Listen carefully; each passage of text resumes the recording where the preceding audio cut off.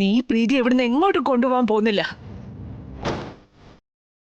അതിന് നീ ശ്രമിച്ച ഇവിടെ ചോര വീഴും.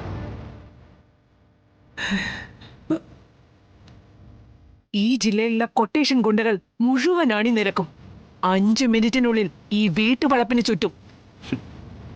ഈ ജില്ലയിലെ അല്ല, ഈ രാജ്യത്തെ മുഴുവൻ ഗുണ്ടകളെ അണിനിരത്തി ഈ വീട്ടുവളപ്പിന് പുറത്ത് നിങ്ങൾ മനുഷ്യ മതിൽ തീർത്താലും അർജുൻ ശങ്കർ സ്വന്തം ഭാര്യ ഇവിടെ നിന്ന് കൊണ്ടുപോകണമെന്ന് വിചാരിച്ച കൊണ്ടുപോകുമായിരുന്നു, ഏതവസ്ഥയിലായാലും.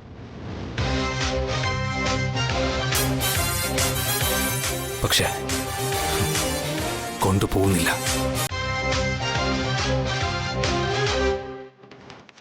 നിങ്ങളുടെ ഭീഷണിയും മസിൽ പവറും കണ്ട് പേടിച്ചിട്ടല്ല. ഇതാ ഈ ഇരിക്കുന്ന സാധു മനുഷ്യനെ ഓർത്ത്.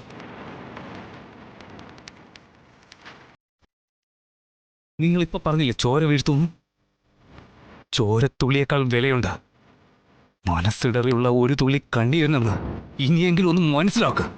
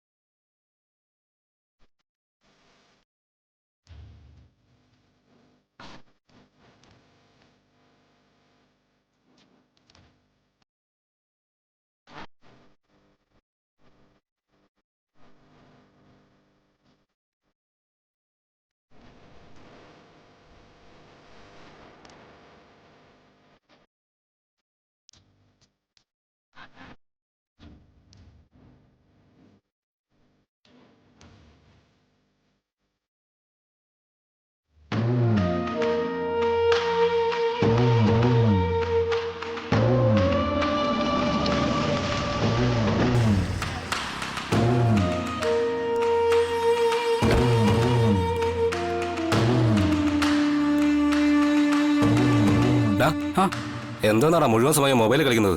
ജോലിയിലൂടെ ശ്രദ്ധിക്കടാ.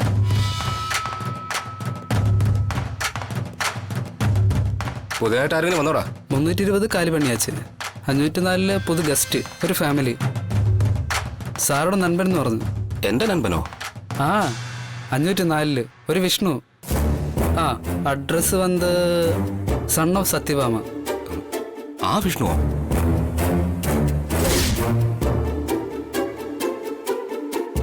അവൻ തന്നെ. ആ സുഖം തന്നെയല്ലേ വിഷ്ണുപുര? അതെ വിഷ്ണു. ആ ഒന്ന് പോയിട്ട് വരാം.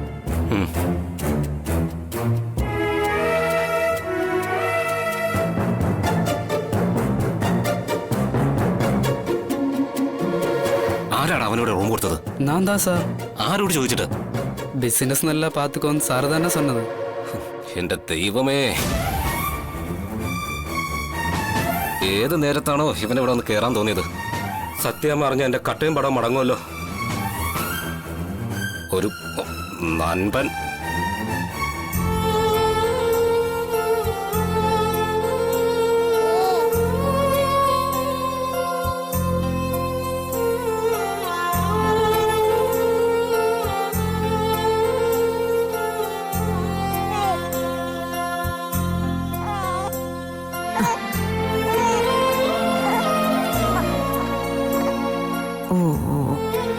ചക്കര നമുക്ക് പാല് കുടിച്ച.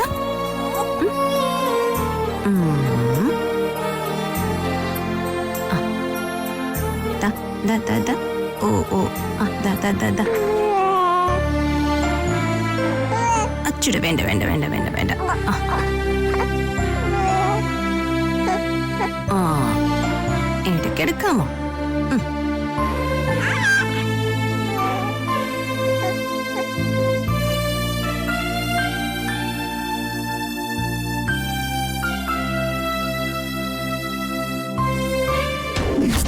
ഭാര്യയും കൊച്ചുമെല്ലാം നമ്മുടെ തലയിലായി. രണ്ടാൾക്കും വേണമെങ്കിൽ ശാരദാമ്മയുടെ വീട്ടിൽ പോയി നിൽക്കാലോ. അപ്പൊ ദുരഭിമാനം. ശാലിനിയെ മാത്രമല്ലേ സത്യമ്മ വീട്ടിൽ നിന്ന് പുറത്തിറക്കി വിട്ടോളൂ. അവള് സ്വന്തം വീട്ടിൽ പോയി നിൽക്കട്ടെ. വിഷ്ണു ഇടയ്ക്ക് പോയി കണ്ടാ മതിയല്ലോ. ജീവിക്കണമെങ്കിൽ കുറച്ച് ദുരഭിമാനമൊക്കെ മാറ്റി വെക്കണം അമ്മേ.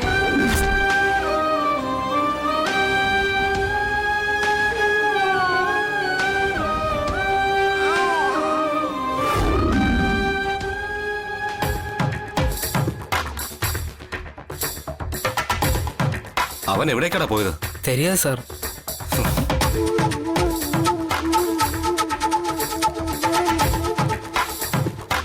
സാർ அந்த ஆள் வருது.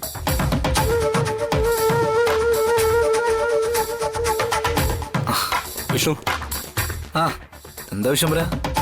പറയാനിത്തിരി ബുദ്ധിമുട്ടുണ്ട്. എന്നാലും വിഷ്ണുവിന് ഞാൻ പറയുന്നത് മനസ്സിലാവും തോന്നുന്നു. സത്യാമ്മയുടെ മകനോട് താമസിക്കുന്നത് ഞങ്ങൾക്ക് ബുദ്ധിമുട്ടാണ്. പ്രത്യേകിച്ചും സത്യാമ്മയായിട്ട് വിഷ്ണു പിണങ്ങിയിരിക്കുന്ന സ്ഥിതിക്ക്. അതിന് ഞാനിവിടെ വാടക എന്നിട്ടല്ലേ വിശ്വംഭര താമസിക്കുന്നേ. അങ്ങനത്തെ യുക്തിപൂർവമായ ആലോചനയും തീരുമാനമൊന്നും സത്യാമ്മയ്ക്കില്ലെന്ന് എന്നേക്കാൾ നന്നായിട്ട് വിഷ്ണുവിനറിയാലോ. വെട്ടൊന്ന് തുണ്ടൻ രണ്ട്. ബുദ്ധിമുട്ടിക്കണമെന്നുണ്ടെങ്കിൽ സത്യാമ്മയ്ക്ക് ബുദ്ധിമുട്ടിക്കാം. സത്യാമ്മയുടെ കയ്യിൽ നിന്ന് കടമെടുത്ത കാശ് പലതവണയും അടവും മുടങ്ങിയിരിക്കുക. സത്യാമ്മ കുത്തിന് കയറി ഒരു പിടിപിടിച്ചാ ഞാൻ പെടും. വിഷ്ണു എന്നെ ഈ പ്രതിസന്ധിയിൽ നിന്ന് രക്ഷിക്കണം. ദേ, ഇത് കാലാണെന്ന് സങ്കല്പിച്ച് ഞാനങ്ങ് പിടിക്കുക. വീണ്ടും പറയുക, രക്ഷിക്കണം.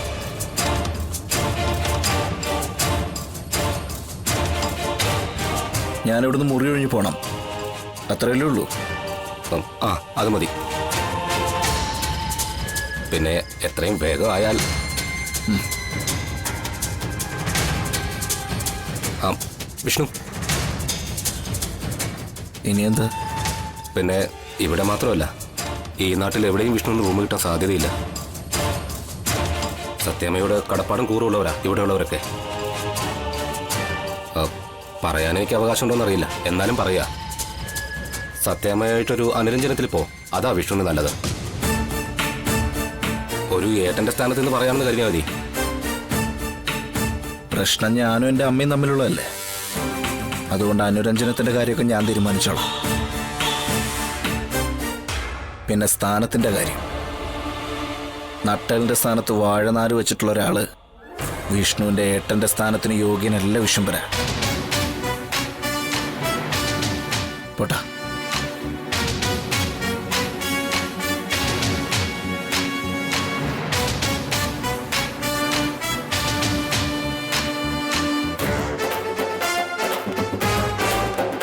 സാർ എന്താ വാഴനാറിന് തന്നെ സാർ? പോടാ പോ. നീയൊക്കെ നശിക്കാൻ തീരുമാനിച്ച ഞാനെന്ത് ചെയ്യാനാ? ബാക്കിയുള്ളവരുടെ തലേന്ന് ഇതൊക്കെ ഒന്ന് ഒഴിഞ്ഞു പോയാൽ മതിയായിരുന്നു. വാഴനാര അപ്പടി എന്നാ?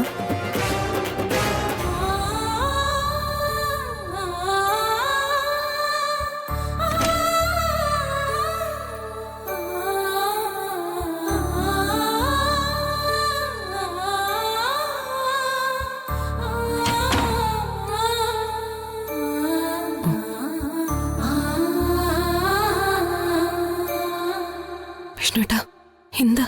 ശാലിനി, നമുക്ക് ഉടനെ ഇറങ്ങണം.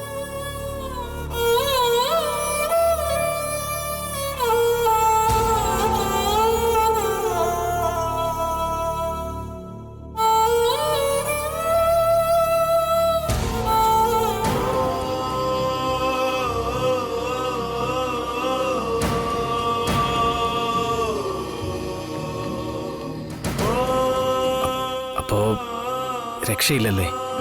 ഇല്ല സാർ. വേണമെങ്കിൽ സഹദേവന് സ്റ്റേഷൻ ജാമ്യത്തിൽ വിടാവുന്നേ ഉള്ളൂ. പക്ഷെ അയാൾ അതിന് തയ്യാറല്ല. വ്യക്തിവൈരാഗ്യം തീർക്കണമല്ലോ അയാൾക്ക്.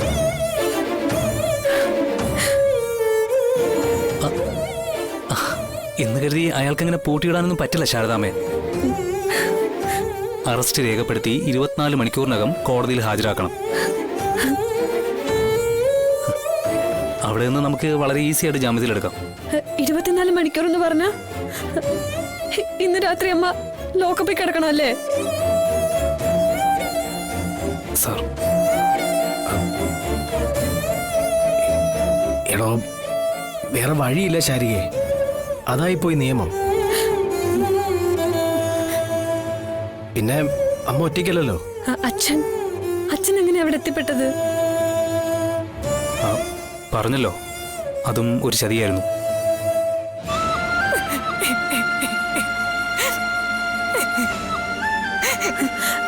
മോളെ,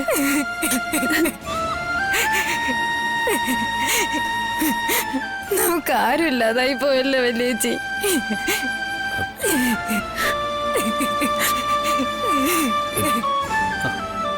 ആരുമില്ലെന്നൊക്കെ ആരാ പറഞ്ഞത്?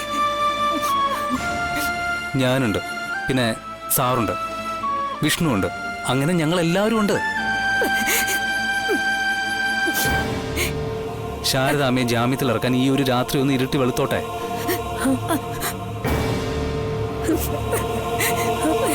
മോളെ,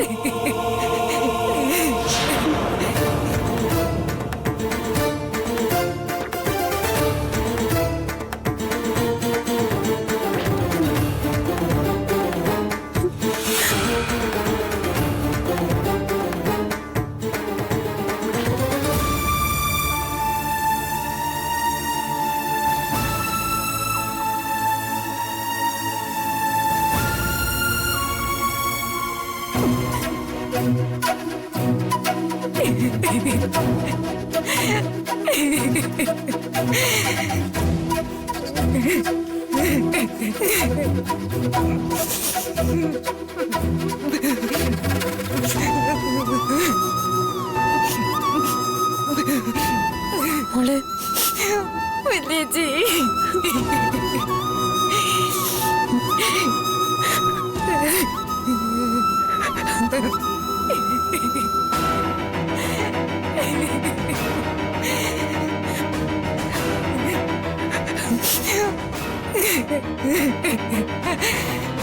ഇനിയിപ്പോ എന്തു പറഞ്ഞ അവരെ ഒന്ന് സമാധാനിപ്പിക്കുക.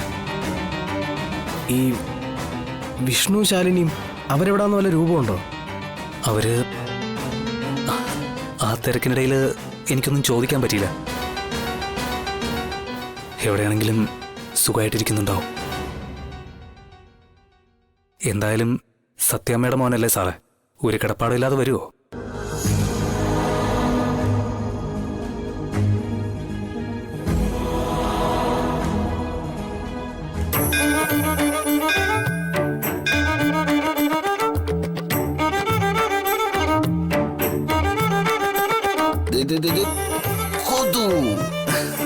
ഉമ്മടിച്ചു അച്ഛന്റെ പാറക്കുട്ടി. ഈ അച്ഛന്റെ അമ്മയുടെ കൂടെ കൂടിയതുകൊണ്ടേ പെരുവഴിയായെന്ന് വിചാരിക്കുന്നുണ്ടോ? ഒന്നുമില്ല, എല്ലാം ശരിയാവും കേട്ടോ.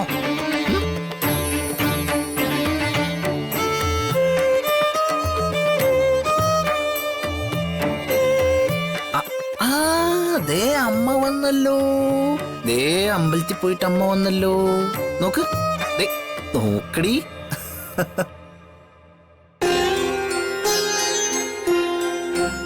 ദേവി എന്തു പറഞ്ഞു ഇയാളോട്? ഒന്നും വിഷമിക്കണ്ടെന്ന് പറഞ്ഞു. എല്ലാ പ്രശ്നങ്ങൾക്കും ഒരു പരിഹാരം ഉണ്ടാവുമെന്ന്. അത് പറയാനാണ് ഇത്രയും സമയം. ദേവിയുടെ മുന്നിൽ തൊഴുതു നിൽക്കുമ്പോ സമയം പോകുന്നത് അറിയില്ല വിഷ്ണുവേട്ടാ. മനസ്സിൽ നിന്ന് സങ്കടങ്ങള് കടലെടുത്ത പോലെ ഒഴിഞ്ഞു പോവും. ഇനിയിപ്പോ എത്ര നേരം വേണമെങ്കിലും നിക്കാലോ. അമ്പലമാകുമ്പോ അങ്ങനത്തെ സൗകര്യങ്ങളുണ്ട് വിഷ്ണുവേട്ടാ. പ്രവേശിക്കാൻ ID പ്രൂഫ് കാട്ടണ്ട. പണ്ഡിതനോ പാമരനോ പണമുള്ളവനോ അതില്ലാത്തവനോ ആരോഗ്യമുള്ളവനെന്നോ ഇല്ലാത്തവനെന്നോ അങ്ങനെയൊരു വേർതിരിവൊന്നും ഇല്ലല്ലോ ദേവിക്ക്. എന്റെ കൊച്ചിന് കൊതു കടിക്കുന്നുണ്ടോടാ? ഉമ്മടിച്ചു. അതോ എന്റെ കൊച്ചിന് ഉറക്കം വരുന്നുണ്ടോ? അല്ല, ഇത്ര നേരം വലിയ കുഴപ്പമൊന്നും ഉണ്ടായിരുന്നില്ല. എന്താ പറ്റിയേ? എന്തോ പറ്റി വേറെ കുട്ടി? എന്തോ വിഷ്ണുട്ടാ, മോൾക്ക് വിശക്കുന്നുണ്ടാവും. എന്നാ പാല് കൊടുക്ക്. പാല് തീർന്നു വിഷ്ണുട്ടാ. ഇപ്പൊ അവള് ഉറങ്ങോ? വിശന്നിരിക്കുന്ന കുഞ്ഞ് എങ്ങനെ ഉറങ്ങാനാ വിഷ്ണുട്ടാ? കുറച്ച് പാല് വാങ്ങിച്ചോണ്ട് വരുമോ? അല്ല, അതുവരെ മോള്. അതൊക്കെ ഞാൻ നോക്കിക്കോളാം. വിഷ്ണുട്ടൻ ചെല്ല്. ഒരു കാര്യം ചെയ്യാം.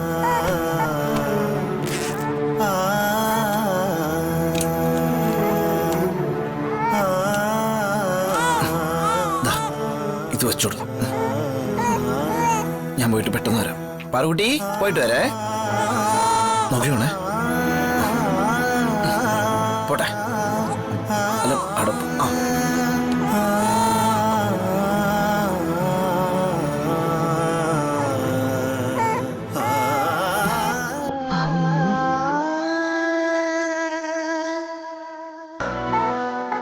എന്റെ പാറക്കുട്ടി കുറച്ചു നേരത്തേക്ക് കണ്ണടച്ചുറങ്ങാൻ നോക്ക്. ഇതൊക്കെ ഗതികെട്ട അമ്മമാരോടുള്ള ഒരു വിശ്വാസം. ഒഴിഞ്ഞ ബോട്ടിലിൽ പാലുണ്ടാവുമെന്നുള്ള വിശ്വാസം. കലത്തിനുള്ളിൽ തിളയ്ക്കുന്ന വെള്ളത്തിൽ ആരും ഉണ്ടാവുമെന്നും അതൊക്കെ ചോറാവുമെന്നുള്ള വിശ്വാസം. പാടത്ത് അന്ത്യോളം പണിയെടുത്ത് വരുന്ന അമ്മയുടെ കയ്യിൽ ഒരു പിടി നെല്ലെങ്കിലും കൂലിയായിട്ടുണ്ടാവുമെന്നുള്ള വിശ്വാസം.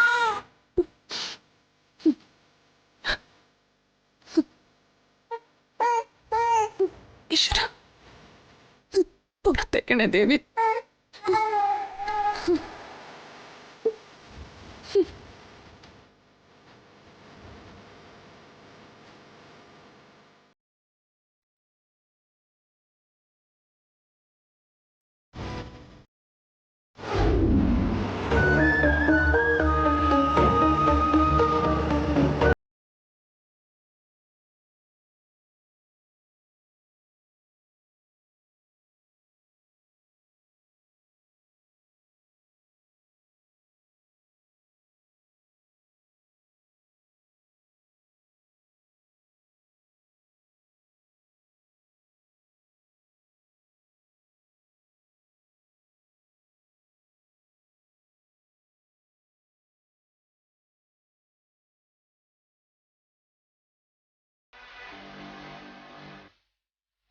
അച്ഛാ, എനിക്കൊരു ഓംലെറ്റ്. അയ്യോ, അച്ഛൻ്റെ കയ്യിൽ അതിനുള്ള കാശില്ല മോളെ. ഇന്ന് പണിയില്ലായിരുന്നു. വേലായുധനോട് കുറച്ച് കാശ് കടം മേടിച്ചതാ. നാളെ പണി കിട്ടിയാലും അവന്റെ കടം മടക്കി കൊടുക്കണം. അവനും ഒരു പ്രാരാബ്ധക്കാരനാ.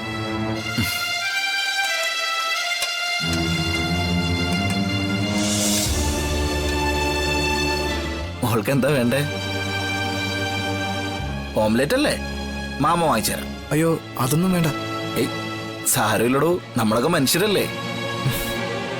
അപ്പൊ ഓംലെറ്റ് വാങ്ങിച്ചുതരാം.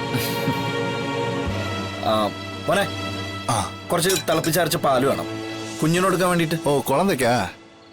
തമിഴാ? ബാട്ടിലെ കൊടുങ്ക സാർ. ആ പിന്നെ ഒരു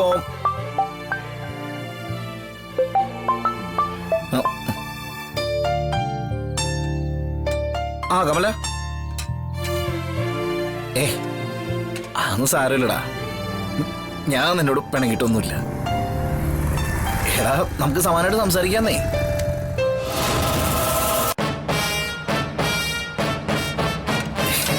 അതെ, ഒരു ചായ. എനിക്ക് പിണക്കൊന്നുമില്ല. എടാ, അയാൾക്കും മനസ്സിലാവുമല്ലോ. ആ എടാ, നീ ഇങ്ങനെ വിഷമിക്കാതിരിക്കേ. ഇന്ന് രാത്രിയോ? ആ, അത് നീ ടെൻഷനൊന്നും അടിക്കണ്ട. ഞാനുണ്ടല്ലോ അവരുടെ കൂടെ.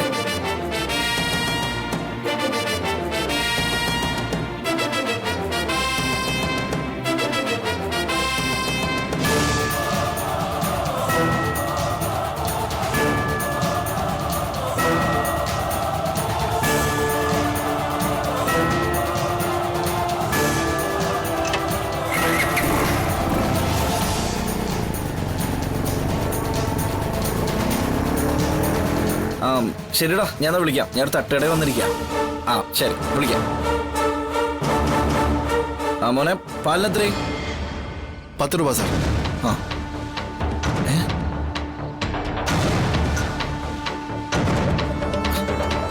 അല്ല, ഞാനിവിടെ പേഴ്സ് കാണാനില്ല.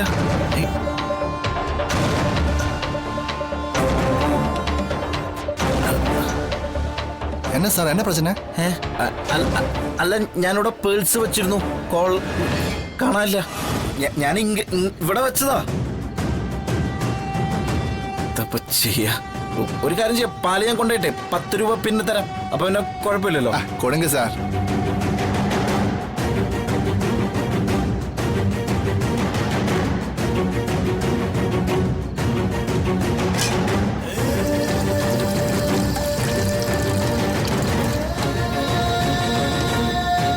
എടോ അതൊരു കൈക്കുഞ്ഞിന് കൊടുക്കാൻ വേണ്ടിട്ടാ. അത് വിശന്ന് കരയാ അവിടെ. குழந்தையோ பாட்டியோ யாருக்கானாலும் தேவையில்லை. காசு கொடுங்க, அப்புறம் பார்க்கலாம். ഞാൻ ആരുടെ മകനാന്നറിയോടെ നിനക്ക്? സത്യം